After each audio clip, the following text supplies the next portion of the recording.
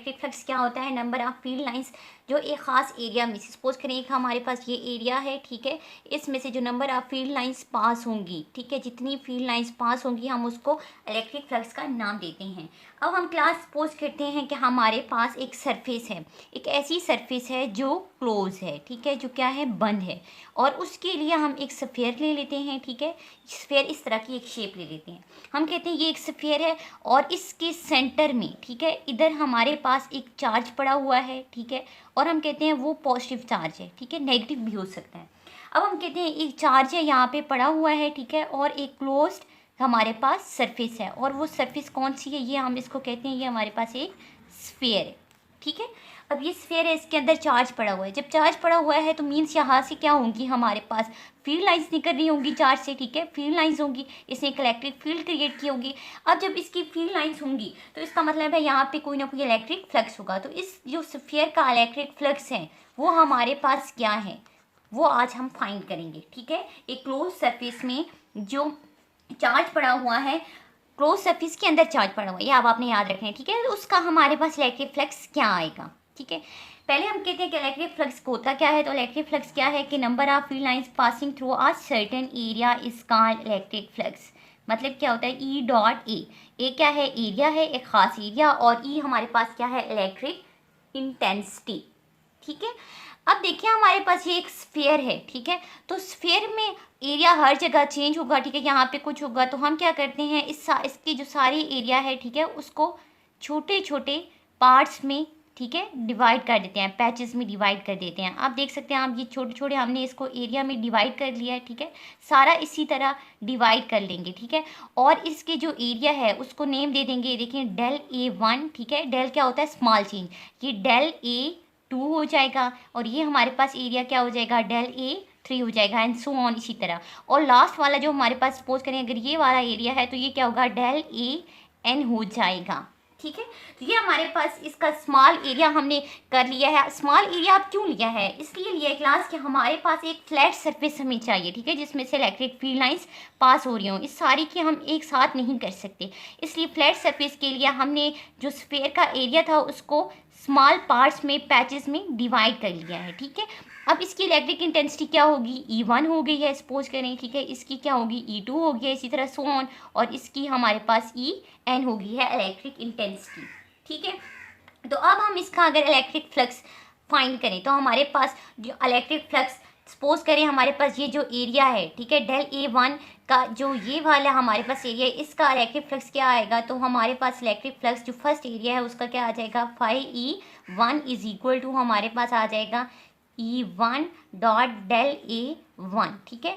इसी तरह अगर मैं सेकंड का एरिया इलेक्ट्रिक फ्लक्स फाइंड करूँ तो φE2 आ जाएगा हमारे पास, ठीक है, और वो आ जाएगा E2 डॉट डेल A2, इसी तरह सो ऑन। अगर मैं फाइंड हम करते जाएं तो हमारे पास जो लास्ट पे आ जाएगा φEN इज इक्वल टू क्या आ जाएगा, EN डॉट डेल AN आ जाएगा, ये हमारे पास क्या आ जाएगा, इलेक्ट्रिक फ्लक्स आ जाएगा, ठीक है। तो अब अगर हम टोटल निकालेंगे तो क्या करेंगे, इन सब को सम कर लेंगे, ठीक है, इन सब का सम हमारे पास आ जाएगा। तो सम कैसे हम करेंगे, ठीक है, इलेक्ट्रिक फ्लक्स का सम करेंगे तो φE इज इक्वल टू हमारे पास ये जो सारे इलेक्ट्रिक फ्लक्स है, ठीक है, φE1 प्लस φE2 प्लस हमारे पास φE3 and so on φEN आ जाएगा, ठीक है। तो इसकी वैल्यूज़ ये जो है हमारे पास इधर हम पुट कर देते हैं। अगर हम पुट करें तो E1 dot del A1 plus E2 dot del A2 and plus so on, और EN डॉट डेल AN आ जाएगा, ये हमारे पास क्या आ गया है, टोटल इलेक्ट्रिक फ्लक्स आ गया है। अब ज़रा हम इसके एंगल की बात कर लेते हैं। देखिए क्लास हमारे पास फ्लैट सरफेस है, ठीक है, फ्लैट सरफेस है, और इसमें से हमारे पास number of field lines pass कर रही हैं। हमें पता है इसकी जो डायरेक्शन होगी वो हमेशा नॉर्मली आउटवर्ड होगी, दोनों की डायरेक्शन पैरेलल आ गई है। देखिए एरिया भी इस तरह है और ये भी आप यहाँ से देख सकते हैं, ये अगर हम सपोज करें तो यही E की डायरेक्शन है और यही हमारे पास किसकी डायरेक्शन है, एरिया की। तो दोनों की सेम डायरेक्शन है, पैरेलल आ गए, पैरेलल आ गए, थीटा हमारे पास क्या हो गया, यहाँ पे 0 हो गया। जब 0 हो गया तो cos 0 हमें पता है क्या होता है, 1, cos 0 1 होता है। तो ये टोटल किसकी इक्वल आ जाएगी, E1 डेल A1, ठीक है, प्लस E2 डेल A2 और plus E3 del A 3 and so on, और लास्ट पे आ जाएगा En del En, ठीक है।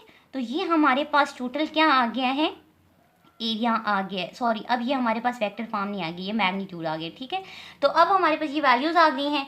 अब देखें हमारे पास जो दूसरी बात आती है कि जो इलेक्ट्रिक इंटेंसिटी है, ठीक है, ये चार्ज क्या है, सेंटर में पड़ा हुआ है, ठीक है। अगर ये चार्ज सेंटर में पड़ा हुआ है तो सारे जो सरफेस का एरिया है वो एक साथ ही इसके साथ जो इक्वली डिस्टेंस है, हर में सब में जो डिस्टेंस है वो हमारे पास क्या है, सेम है, सबका इससे डिस्टेंस सेम है। तो इट्स मीन जो इसकी इलेक्ट्रिक इंटेंसिटी है वो किसकी इक्वल आ गई है, E1 equal to E2 equal to E3 and so on, और इक्वल टू ये आ गई है En, मतलब ये सारी total to equal to E आ गई है। तो ये सारी इलेक्ट्रिक इंटेंसिटी सेम आ गई है। इसको अगर हम बाय ले रहे हैं तो ये सारा हमारे पास एरिया आ गया है। क्या आ गया है, del A1 plus del A2 plus and so on, और del AN आ गया है, ये एरिया आ गया। आपको पता है स्फीयर का जो एरिया होता है वो क्या होता है, 4πr², ठीक है। 4πr² हमारे पास स्फीयर का एरिया होता है, ठीक है। तो ये क्या आ गया हमारे पास,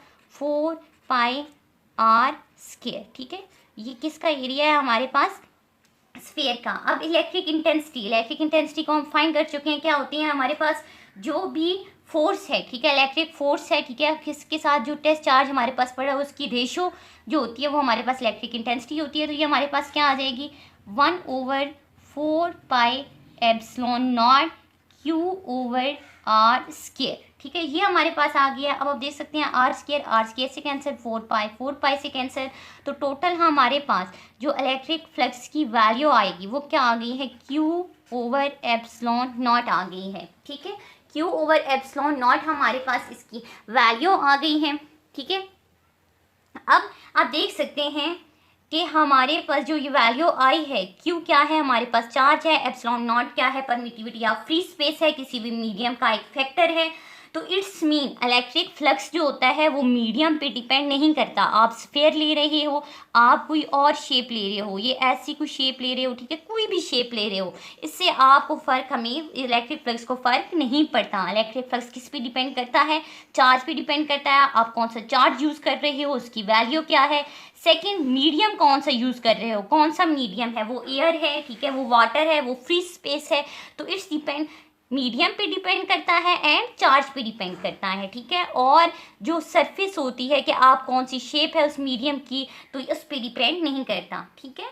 तो ये था हमारे पास इलेक्ट्रिक फ्लक्स जब एक क्लोज सरफेस में होता है तो उसकी वैल्यू होती है Q/ε0।